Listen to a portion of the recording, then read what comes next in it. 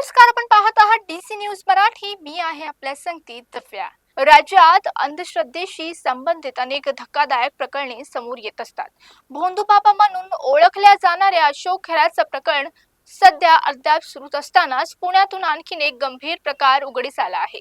स्वतःला बाबा म्हणणाऱ्या राधामोहन मिश्रा यांच्यासह 8 जणांना पोलिसांनी अटक केली आहे.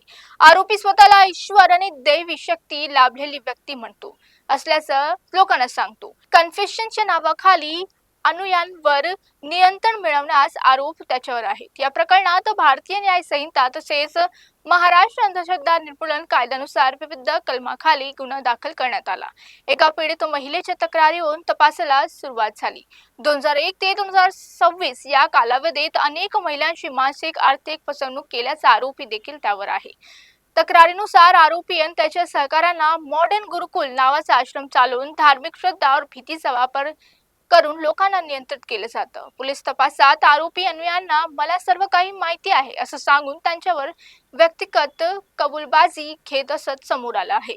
याच्या माध्यमातून लोकांना मानसिकदृष्ट्या नियंत्रित करून कुटुंबापासून दूर ठेवले जाण्याचा आरोप.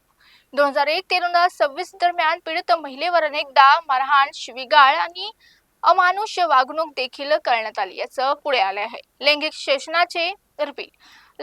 शोषणाचे गंभीर आरोप देखील समोर आले. पोलिसांच्या छाप्यात 8 laptop, 11 mobile, 19 hard disk, 29 cassette आणि 23 पेन ड्राईव्ह आणि 10 जिवंत कारतुसे जप्त करण्यात आले. याशिवाय मोठ्या प्रमाणात औषध देखील आढळू लागले.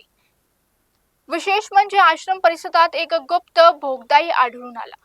तर पाहूया पुढे या प्रकरणात काय होतं. थांबूया तेच पाहत रहा डीसी न्यूज मराठी.